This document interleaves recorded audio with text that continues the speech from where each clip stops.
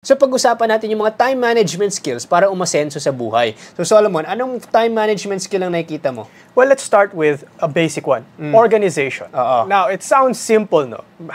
But what does it mean to be organized? For one, you'll save much more time kung yung bahay nyo, yung workspace ninyo is alam nyo kung saan yung mga gamit mo na kailangan mo. Dapat hindi parang magulo na pag maghahanap na kayo ng gamit mo or ng kailangan mo, hindi mo alam kung saan. Definitely marami kang time na mawa-waste kung hindi mo alam kung saan yung mga gamit mo. And aside from that, keeping your life organized, dapat may parang kalendaryo ka para alam mo yung mga schedule mo sa bawat araw na sa araw na ito yung kailangan ko gawin. Kasi if you don't write these things down, and nasa cellphone naman, meron naman tayong calendar app, may Google Calendar pa nga. Kung hindi mo ito sinulat, talagang makakalimutan mo to. At saka kung marami kang nakalimutan ng mga events or mga things that you need to do, for sure, you're going to waste a lot of time kasi kailangan mo ulitin or kailangan mo i-reschedule yung mga kailangan na to.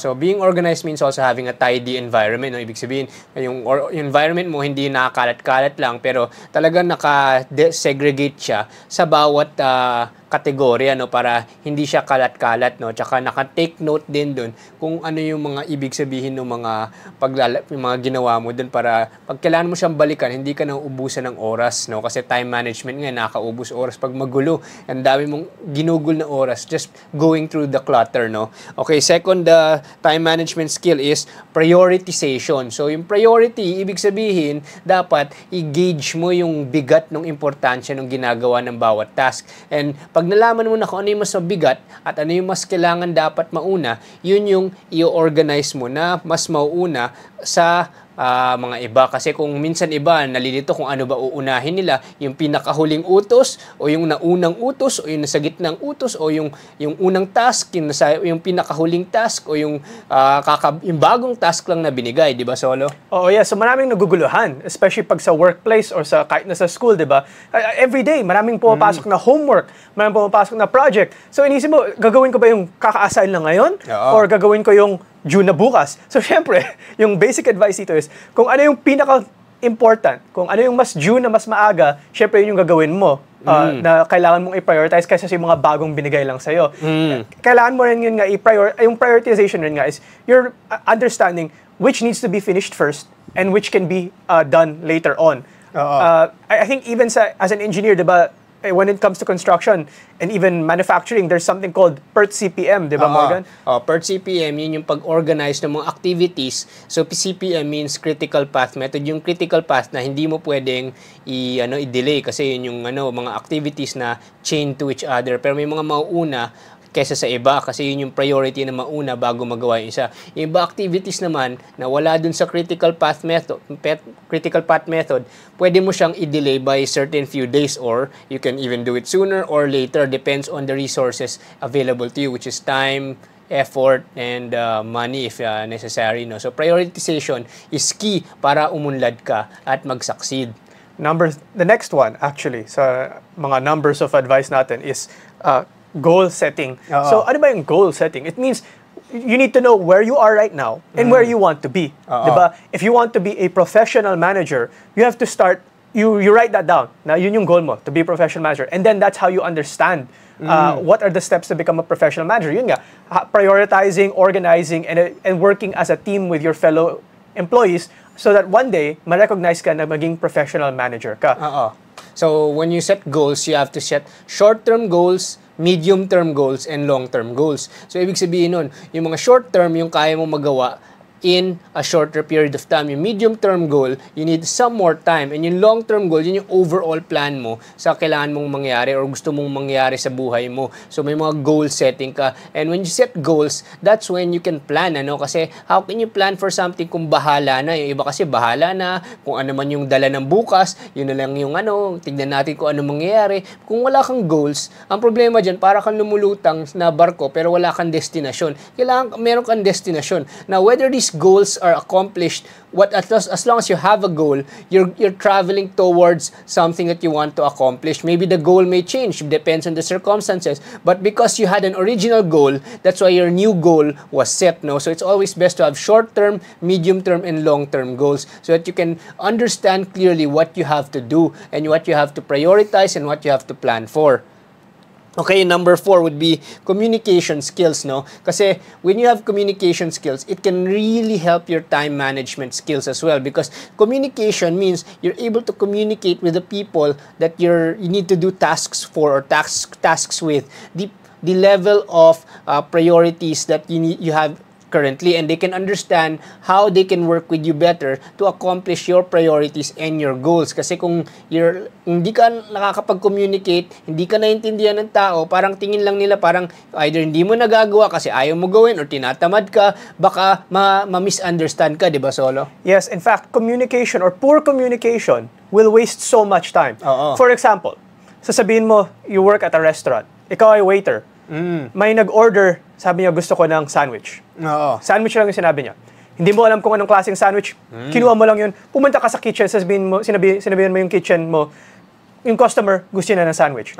Babalik yung kitchen sa'yo, anong klaseng sandwich? Ikaw naman, babalik ulit sa customer, anong klaseng sandwich pala yun, sir? Daming oras. Ang daming oras na yun sa back and forth. Good communication means, pag nasabi mo na yung gusto mo, or anong kailangan sa mga teammates mo, or kung kanino man kausap mo, mag-gets na nila yung sinabi mo at magagawa nila kasi na-gets na nila. Kung medyo vague ka, kung talagang paikot-ikot lang yung kwento mo tapos hindi mo nasabi yung point mo, walang gagalaw. At sobrang nasayang mo na rin yung oras mo at oras ng ibang tao dahil dun. Okay, tama. So, ano yung next skill? Next naman is planning. So, it's again part of organization pero it's still, this time, you're trying to break down kung ito ang task mo. I have to make, again, let's go with food. I have to make a sandwich. Let's say I have to make a ham and cheese sandwich. How do you plan to make that? Diba? Siyempre, first, as an example, you have to set out yung mga steps. How do you make a ham and cheese sandwich? You could Google the recipe. That's step 1 sa plan mo. And sa recipe, maalaman mo na that you need 2 slices of bread. You need a slice of ham and a slice of cheese.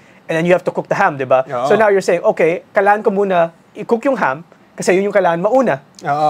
And then next, I'll slice the bread, then I'll slice the cheese, etc. So when you plan ahead, if you're just going to do the sandwich right now, at hindi mo ni-research or pinag-isipan kung paano mo gagawin yung sandwich na yun, for sure, tatagal ka kasi nangangapa ka. Paano mo ulit gumawa ng ham and cheese sandwich? That's why, don't do it right away. You have to plan first, and then it'll be easier kasi nagets mo na yung kailangan mong gawin to make that thing.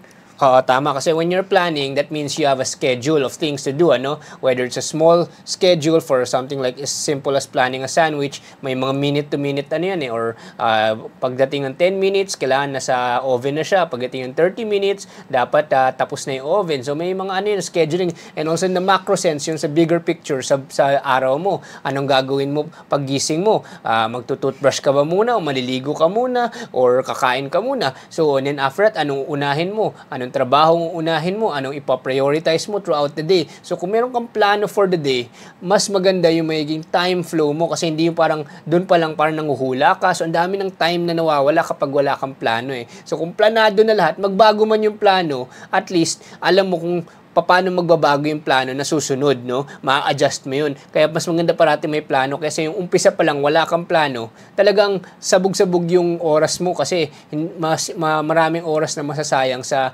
mga tasks na nagkabuhol-buhol. Tapos wala kang na-accomplish kasi half work dito, half work dyan. Parang kalahati pala ng toothbrush mo. Naisip mo, teka, maligo na ako. Teka, hindi ka pa natapos maligo. Teka, kain na ako. So kung sabog-sabog yung ano mo, parang ganun din sa trabaho. Ginagawa mo to, hindi mo pa natapos, so lumipat ka na ng trabaho. Hindi planado yung araw mo kasi kung ano na yung dumating o ano man yung ano na pakiramdaman mo, so hindi siya magandang way ng pagmamanage yung time mo. Kaya mas maganda, planado yung schedule mo. Planning is very critical.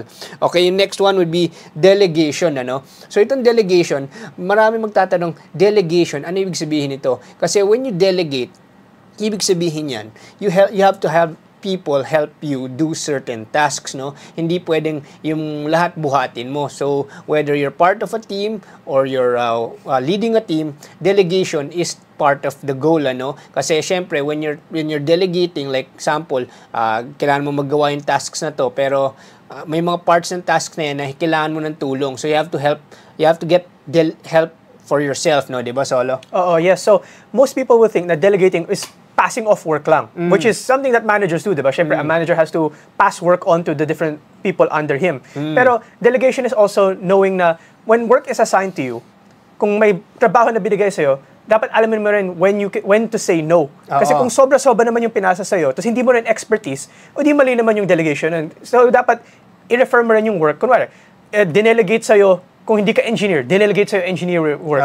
Dapat alam mo to say no. Kasi kung dinelegate sa'yo yung maling trabaho na hindi mo kaya, masasayang oras mo at masasayang rin yung oras ng boss mo, ng kumpanya mo. So, kaya ba't kausapin mo rin yung manager mo or yung boss mo na sasabihin mo, sir, may 10 tasks na ako today. Hindi ko nakakayanin kung dadagdagan mo pa ng 10, pero feel ko kasi yung 10 na to, dapat magawa ng itong other coworker ko na mas magaling dyan sa tasks na yan para ma-focus ako dito sa mga kailangan kong gawin at ma-focus niya yung kailangan niyang gawin doon.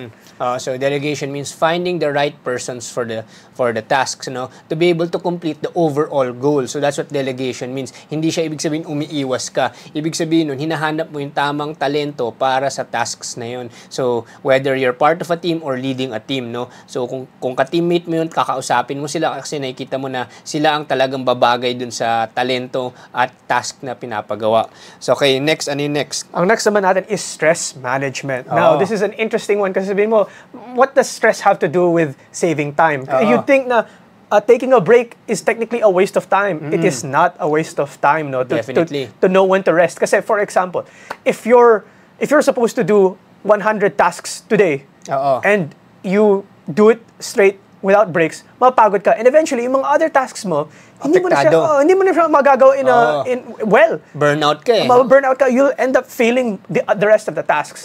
So stress management includes taking short breaks, Kasi yung utak natin tsaka katawan, may mga overheating din yan, parang mga makina, So pag nag-overheat ka, pero gusto mo tapusin lahat for the sake na basta matapos ko siya, hindi siya healthy way of doing it. Kasi when you're stressed, the more you won't be able to do your task correctly and magiging sabog-sabog yung trabaho and lalong kailangan mo mag-spend ng more time trying to fix yung mga ginawa mo nung na-stress ka kasi hindi mo na siya nagagawa in a very productive way. So take short breaks and plan those short breaks na kung napansin mo yung katawan mo every 1 hour or 2 hours kailangan niya ng 5-minute cool off, take that 5-minute cool off. Kailangan mas stress relieve ka para yung next 55 minutes ng oras na yun, hindi siya nasayang na parang sabog-sabog na yung utak mo.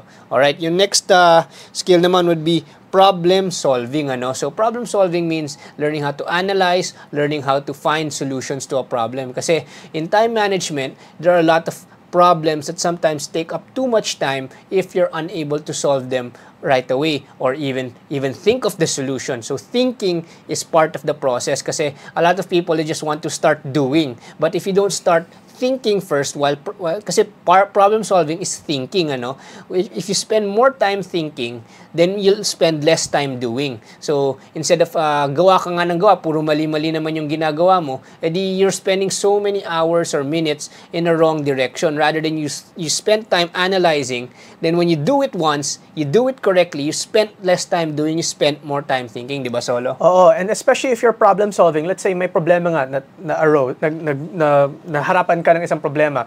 If you think about how to solve it, it's also okay to start asking other people their opinion on your solution rin. Because if you get other inputs on how to solve the problem, at least pag ginawa mo na and it works, it most likely work naman sana, at least you were able to take into consideration all the other parang ways of how to solve the problem. Kaya even if it doesn't work, you have the other solutions na rin na pag-isipan na rin ng you and your coworkers or friends kung how to solve that problem, which saves more time kasi at least marami ka ng options on how to solve the problem and how to move forward past the problem, di ba? Yung number 9, ano yung number 9? Note-taking. Now, this is a personal parang annoyance of mine, When I see like, let's say, kumain tayo sa restaurant or we're talking to someone and marami tayong pinag-usapan, we're telling them, ito yung mga kailangan natin or ito yung gusto ko, and hindi sila nag-note-taking or they don't write it down. Alam ko, in the back of my mind, na magkakamali sila at babalik rin sila sa akin kasi nakalimutan nila yung details ng sinabi ko sa nila. For example, just the easiest example, kung pumunta ka sa restaurant, you and your friends, may isang waiter dyan or waitress, sa bawat, let's say, 5 kayo ng friends niyo, nag-order kayo doon, iba-iba yung order niyo, tapos hindi sinulat ng waiter or waitress. Kinakabisado lang. For sure, magkakamali yan. And for sure, masasayang yung oras niyo kasi nagawa na yung order or babalik ulit yung waiter. Kasi, sir, ano ba ulit yung gusto mo? Same thing with handling your employees or even working for your boss. If they tell you to do something and they're telling you, oh, ito yung mga gusto natin, 1, 2, 3, 4, 5. Kung hindi mo sinulat yan and you're relying purely on your memory, for sure, magkakamali ka at magsasayang ka ng oras dyan. Oo, so yun ang mga skills kasi note taking is very critical sometimes it's so basic, parang hindi mo siya naiisip. Pero kahit cellphone mo lang, diyan ka lang mag-notes. You type your notes while you're talking or discussing a task para naka-reminder siya kasi mga simple habits yan. It's a simple habit pero tiga mo yan, magbabago ang buhay mo pag nag-note taking ka. Kasi yung notes na yun, habang tinatype mo yun or sinusulat mo yun, kumakapit siya sa utak mo So hindi siya parang nagiging parang hangin lang na dumaan And then because of that, para ka nagkakaroon ng self-reminder na wait, I wrote something down and I'll go back through those notes. And then when you see those notes, bam! Ito pala yung mga kailangan kong gawin. And now you can do everything that we said na sa skills na binanggit namin. So yun ang mga time management skills na shinare namin sa inyo sa araw na ito para umunlad, umasenso, and for the success of your life. Ako nga pala si Engineer Morgan Sai, ang inyong coach ng bayan. Ako po ay si Solomon Sai, ang inyong kuya ng bayan.